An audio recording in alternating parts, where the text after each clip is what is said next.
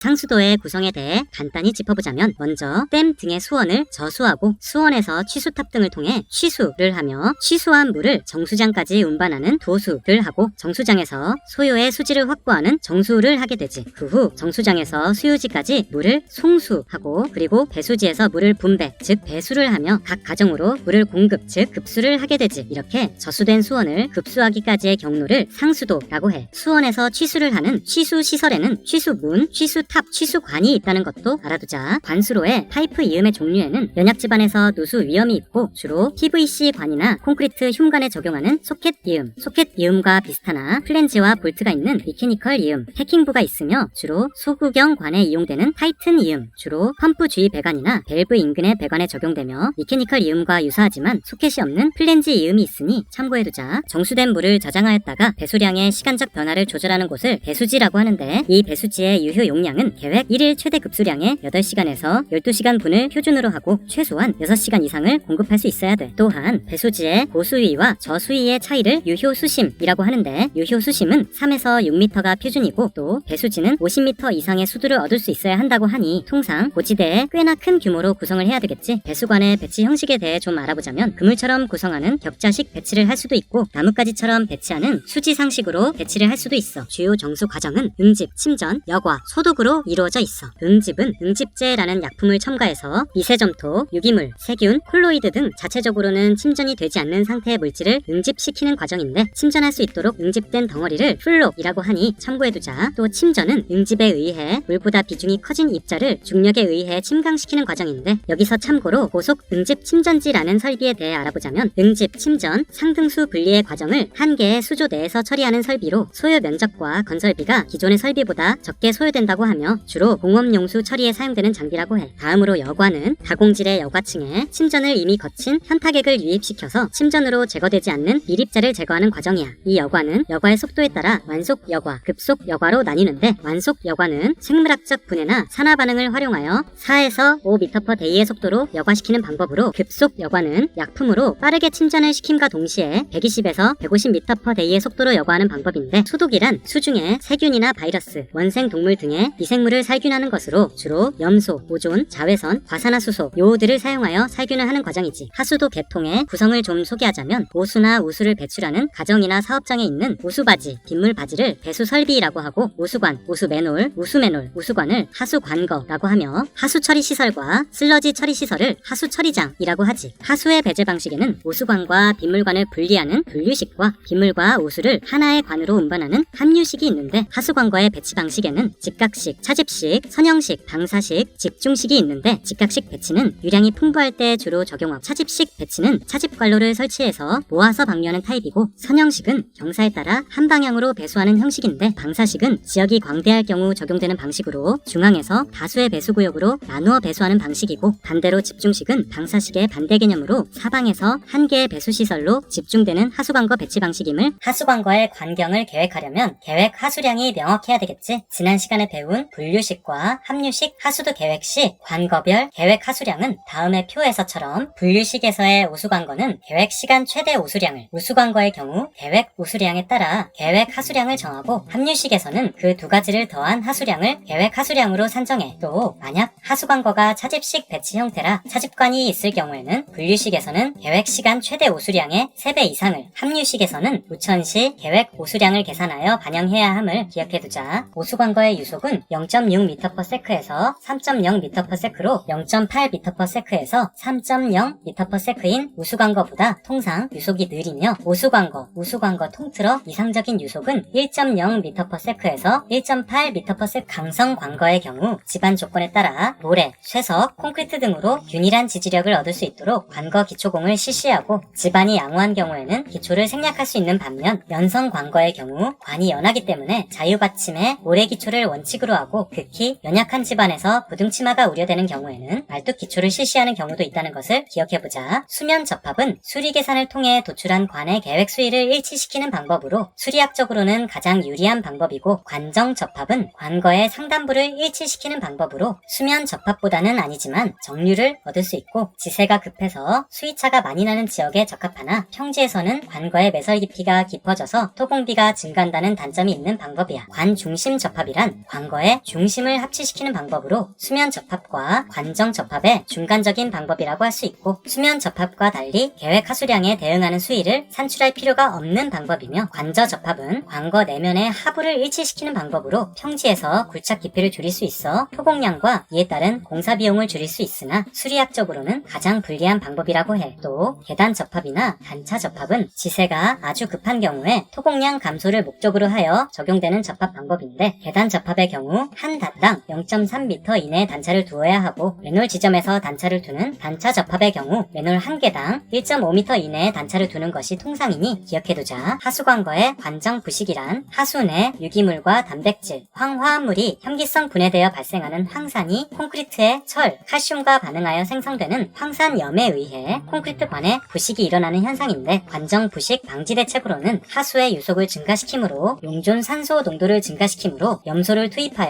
콘크리트관 내부에 부식 방지 코팅을 실시하여 부식을 원천적으로 차단하는 방법이 있으니, 하수 처리를 할 때는 세 가지 단계에 거쳐서 처리를 하게 되는데, 1차 처리 단계에서는 부유물 제거 등의 물리적 처리를, 2차 처리 단계에서는 용해성 물질 제거 등의 생물 화학적 처리를, 3차 처리 단계에서는 질소, 인, 암모니아, 중금속, 바이러스 등 고도 처리를 하게 돼. 하수 처리 시설의 공정 순서에 대해 소개해볼게. 유입 펌프장에서 하수 처리 시설로 들어온 하수는 스크린, 분쇄기, 침사지를 거쳐 침전조를 거친 후 폭기조를 지나 최종 침전조를 거치고 소독 시설을 거친 후 방류되지. 이런 큰 그림은 머릿속에 확실히 넣어두고 폭기조에서 실시되는 활성 슬러지법이 되겠어. 폭기조의 폭기란 물속에 산소, 즉 공기를 불어넣는 등의 방법으로 물과 공기를 충분히 접촉시키는 역할을 하는 수조인데, 이를 통해 산화작용과 호기성 세균에 의한 소화작용이 활발해지므로 유기물이 제거되는 효과를 노리는 방법이야. 살수여상법, 회전원판법, 산화지법이 있으니 3차 처리 과정에서는 암모니아, 질소, 인, 중금속을 제거하는 과정이라는 것을 슬러지 처리의 과정인 농축, 소화, 계량, 탈수 또는 소각, 농축조에서는 슬러지의 부피를 감소시키는 농축 처리를 하게 되는데, 부피를 무려 3분의 1로 감소시킨다고 해. 소화조에서는 슬러지 내 유기물을 분해하는 과정을 거치게 되는데 부피가 무려 6분의 1로 감소된다고 해. 계량 과정을 거치게 되는데, 세정, 약품 처리, 열 처리가 계량을 마친 슬러지는 탈수 또는 소각을 통해 최종 처리되는데, 탈수의 경우 부피를 25분의 1까지 감소시킬 수 있다고 해. 슬러지를 소각해서 마무리하는 경우도 있는데, 점 오염원은 유출 경로가 명확해서 연중 발생량 예측이 가능하고, 비점 오염원은 오염물질의 유출 및 배출 경로가 명확하게 구분되지 않고 발생량, 배출량이 강수량 등 기상 조건에 크게 좌우되는 오염원을 말해. 비점 오염원 저감시설은 저류시설, 인공습지, 침투시설, 식생형 시설 등이 해당되고, 여과형 시설, 와류형 시설, 스크린형 시설, 그 밖에 응집 침전 처리형 시설, 생물학적 처리형 시설이 있으니, 부영양화란 탄소, 질소, 인은 이끼, 수생식물 등이 해당되는 조류의 양분인데, 이러한 성분이 과다해지면 조류가 과다 번식을 하게 돼. 이렇게 조류가 과다 번식하게 되면 수질이 저하되고 악취가 나며 용존 산소량이 감소되어 물의 이온 가치가 현저히 감소되는데, 이런 현상을 부영양화라고 해. 부영양화 현상의 방지 대책으로는 하수 처리 시 3차 고도 처리를 실시하여 비점 오염원 저감 시설을 두어 합성세제의 사용을 최소화하고, 하천에 이미 발생한 주류는 최대한 제거하는 등, 개선 부표란 외항에 정박한 배가 바람, 조류, 파도 등으로부터 안전하게 정박지에 있도록 통상 원통형의 철제통을 해상에 띄우고 움직이지 않도록 해저에 고정시킨 개선시설로, 개선주는 배가 개선 안에 정박할 수 있도록 로프에 메어두는 시설로 개선안 위에 설치된 기둥이야. 개선주에는 수직으로 솟은 직주와 머리 쪽이 굽은 곡주가 있지. 잔류 수위란 수밀한 암벽 구조체와 작은 투수성을 지닌 뒷체움토의 영향으로 암벽의 전면 해수위의 변화에 비해 뒷체움부의 수위 변화가 늦어지므로 수위차가 발생하게 되는데, 이 수위차를 잔류 수위라고 하고, 이 수위차로 인해 암벽의 배면에 작용하는 수압을 잔류 수압이라고 하지. 소파공은 항만 구조물의 보호를 목적으로 외항으로부터 오는 파 에너지를 감쇄하고 반사파를 감소시켜서 수역을 평온하게 하는 해양 구조물인데, 암벽이란 지난 시간에 배웠듯 선박을 정박시키고 계류시키는 개선안 중 수심이 4.5m를 초과하는 구조물로, 중력식 암벽 중 케이슨식 암벽은 케이슨의 육상 제작으로 해상 공사를 줄일 수 있고, 콘크리트 블록식 암벽은 콘크리트 블록을 쌓는 방법으로 작업 공정이 단순하고 시공 설비가 소규모이지만, L형 블록식 암벽은 수심이 얕은 곳에서 경제적인 타입이지만, 널 말뚝식 암벽 중 보통 널 말뚝 암벽은 널 말뚝과 버팀공 각각 시공 후 타일 재료로 연결하여 구성하는 암벽이라, 타이식 널말뚝, 자립 널말뚝 암벽은 말 그대로 널말뚝 자체가 자립하여 버티는 형식인데, 사항 버팀 널말뚝 암벽은 사선으로 박아 넣는 파일, 즉 사항을 활용하여 널말뚝을 지지하는 타입인데, 이중 널말뚝 암벽은 이중으로 널말뚝을 시공 시공하여 사이를 채우는 암벽으로, 셀식 암벽은 널말뚝을 원통형으로 타입하고 중간 채움을 하는 구조인 암벽인데, 장교식 암벽은 하부에 강관 말뚝을 설치하고 그 위에 상부공을 시공하여 구성하는 타입의 암벽인데, 이미 기존 호안이 조성되어 있는 곳에 시공하는 경우가 아니면 장교와 더불어 사면 보호공 시공도 암벽에 포함된 공정이라고 보면 되겠어. 장교식 암벽은 평면 배치에 따라 해안선과 나란하게 축조하는 횡잔교와 직각으로 축조하는 돌재식 잔교로 나눌 수 있는데, 횡잔교의 경우 잔교와 내륙 사이에 토류벽이 시공되어 대부분의 토합을 토류벽이 받는다는 것을 참고해두자. 잔교식 암벽의 특징은 강관 말뚝을 시공하여 지지하는 형식이므로 중력식 암벽이 설치되기 어려운 연약 지반에서도 시공이 적합한 타입이고, 수평력에 대한 저항력이 타 형식의 암벽에 비해 비교적 작다는 단점이 있다는 것을 기억해두자. 부잔교 암벽은 노래 뜨는 부함이라고도 불리는 폰툰을 띄우고 앵커로 고정시킨 후 폰툰 사이를 도교로 연결시켜서 개선안으로 사용하는 형태의 암벽으로 조수간만의 차가 큰 경우에 적용하는 타입이지. 또 돌핀이란 해안과 떨어진 해중에 독립된 말뚝이나 구조물을 만들어서 주로 대형 탱크선이나 화물선 등을 계류시키기 위한 시설을 말하는데, 돌핀 암벽은 준설이나 내립 등이 필요치 않으므로 공사비가 저렴한 편이고 급속 시공이 가능한 타입으로 기억해보도록 하자. 하이브리드 암벽이라는 것도 있는데, 부잔교도 부유식 잔교지만 정해진 위치에 고정되어 있는 타입인 반면, 하이브리드 암벽은 이동이 가능한 부유식 구조체로서 암벽 자체의 위치를 제어할 수 있을 뿐만 아니라 이를 이용하여 선박의 좌우 양현에서 하역이 이루어질 수 있는 첨단 다목적 암벽이라고 해. 방파제의 종류별 특징에 대해서 알아볼까? 경사제는 제체 단면은 주로 사석이나 블록으로 되어 있고, 경사면에 소파공을 배치하여 파력을 솟안시키는 형태의 방파제인데, 직립제는 케이슨이나 블록으로 이루어진 전면이 연직에 가까운 제체를 구축하는 형식인데, 혼성제는 사석으로 기초를 만들어 놓고 그 위에 직립부에 본체를 설치하는 형식으로, 말뚝식 방파제의 경우 말뚝을 받고 커튼을 배치함으로 방파제의 역할을 하도록 만든 구조물로서 해저 지반이 극히 연약한 장소에서 주로 적용되며, 파랑의 반사율, 투과율을 고려하여 적절한 구조를 선정하고 설계 시 수리 모형 실험을 실시하는 것이 바람직하다고 해. 부유식 방파제는 말 그대로 부유물체를 배치해서 파랑을 막는 구조 형식인데, 지반 상태나 조차에 영향을 받지 않고 방파제를 이동시킬 수 있다는 장점이 있지만, 파랑에 견디는 내파력의 한계가 있는 형식이므로 파랑 환경이 비교적 험하지 않은 곳에서 유용한 형식이라는 것을 기억해보자. 기초 터파기의 목적은 연약한 상부 지반이 있다면 걷어내므로 소요의 지지력을 확보하고 또 소요 수심을 확보하기 위함이야. 기초 사석 투하에 대해 알아볼까? 먼저 사석 투하의 방법에는 육상 장비를 이용한 육상 투하와 바지선과 장비를 활용한 해상 투하가 있고, 사석 투하 작업 시에는 사석의 유실 방지와 부유물 확산을 방지하기 위해 노력해야 하는데, 이에 대한 대책에 대해 짚어보자면, 투하 시 투하 구역을 깃발이나 해상 부표로 표시한 후 표시 구역 안쪽으로만 사석을 투하해야 하고, 준설과 마찬가지로 오탁 방지막을 설치하는 것이 대책이 될 수 있으니 기억해두자. 기초 사석 고르기 시에는 수중 작업 장비나 잠수부가 수중에 들어가 작업하게 되므로 작업 시 수심, 파랑, 유속 그리고 탁도를 고려해야 돼. 사석 고르기 작업 중 유의해야 할 사항은, 기초 사석은 상부 직립제를 거치하면 침하되기 때문에 20cm에서 40cm만큼 더 높게 여성토해야 하고, 각각의 진수공법에 대해 알아보도록 하자. 기중기선에 의한 진수는 케이슨 자체를 기중기선으로 권상, 즉 와이어로프를 감으며 케이슨을 들어